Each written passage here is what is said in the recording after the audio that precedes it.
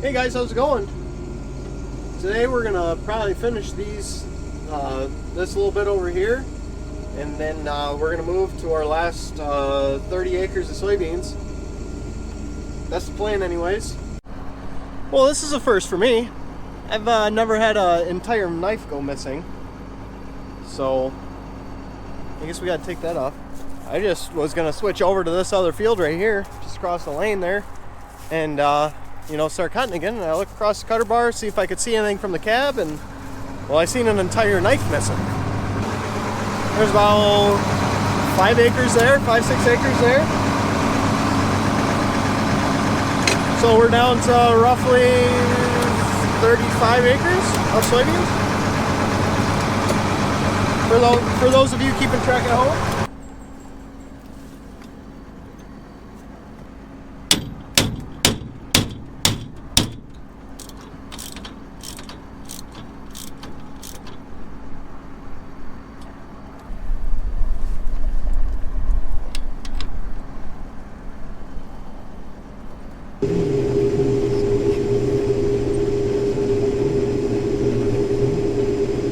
Well, I forgot to pull the camera up for the last pass, but we're done with soybeans.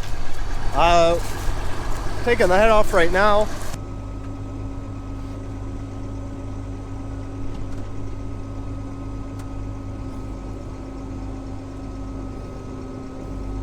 The last thing I'm going to do before we take this thing to the barn, I'm going to blow it off and get all the soybean dust off of it, just so while we're checking stuff over and, you know, greasing everything, it's not a dusty mess.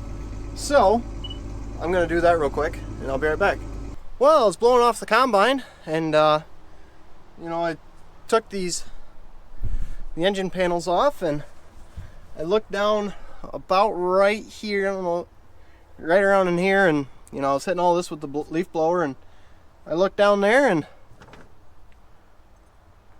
found this. Well, I found this piece sitting, you know, about down like right there, and then I found this little piece over there. That's the serpentine tensioner.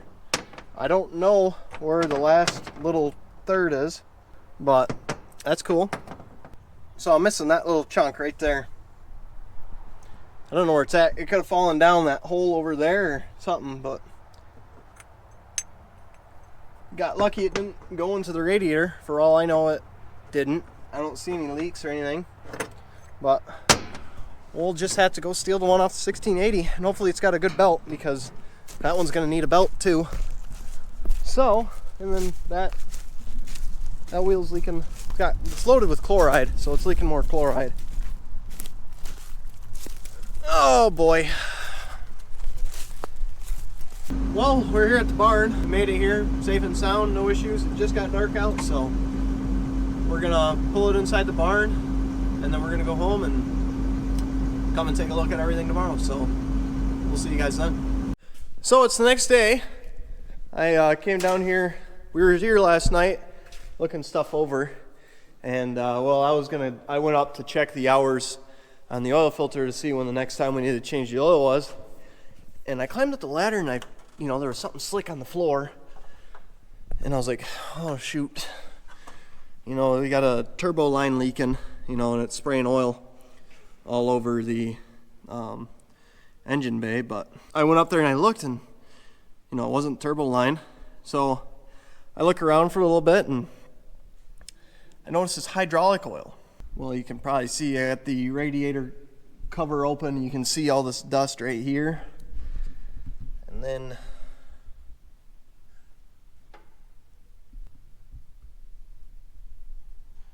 so it appears the hydraulic oil cooler, either there's a hole in it or the line is leaking. We're hoping it's just the line leaking, because, well, a new cooler's, you know, $2,500, and well, we got corn harvest still. So I mean, it's October, so I mean, we still got plenty of time, but it's not really what we were looking to spend money on. We seen the lines were leaking a little bit below it, but we just thought that the lines were leaking. But apparently, it's a lot worse than that. All right, here goes nothing.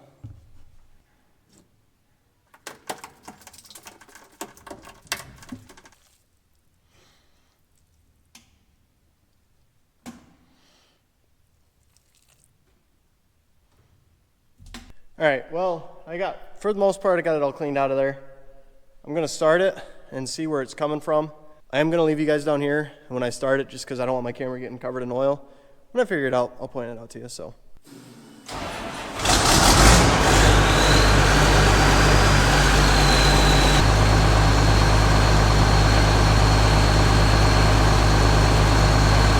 Well, it's the next day. I forgot to record the rest of it because it was a little bit of a fight. But I did get it out. It's sitting right there.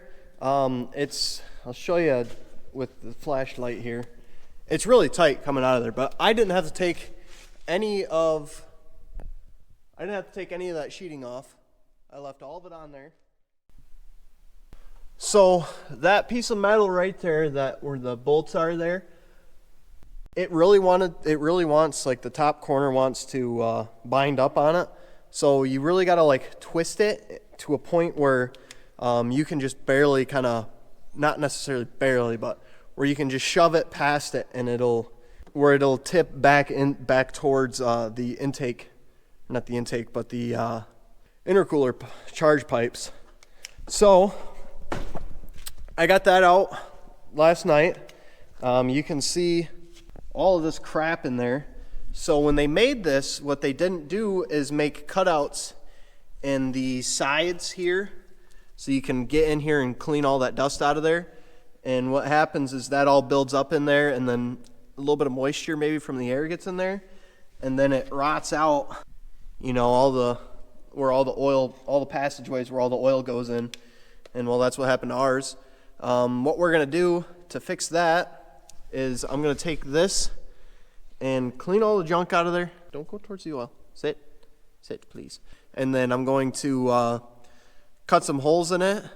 They make an updated one where it has the holes already cut into it, but what's the point of spending an extra, $100 or whatever to get one with holes in it and just toss this one in the scrap bin. So if the new radiator doesn't come with a updated base plate, I'm going to cut holes in this one to save someone, the headache of that, and be able to clean it out. I mean, I'm pretty sure that's the original cooler. It's a 20-year-old combine that's got almost 5,000 engine hours on it. So, do you fix it the right way and save someone else the headache if that thing's still running in another 20 years, or do you just put it back together the way you found it and just hope it doesn't happen again? I say we fix it the right way. It's not that big of a deal to cut some holes in it. Then at least you can clean it and take care of it. But we'll see. I'll bet we'll cut holes in it. But we gotta wait for a new cooler. So we're sitting still until then. Thanks guys for watching, and we'll see you in the next one.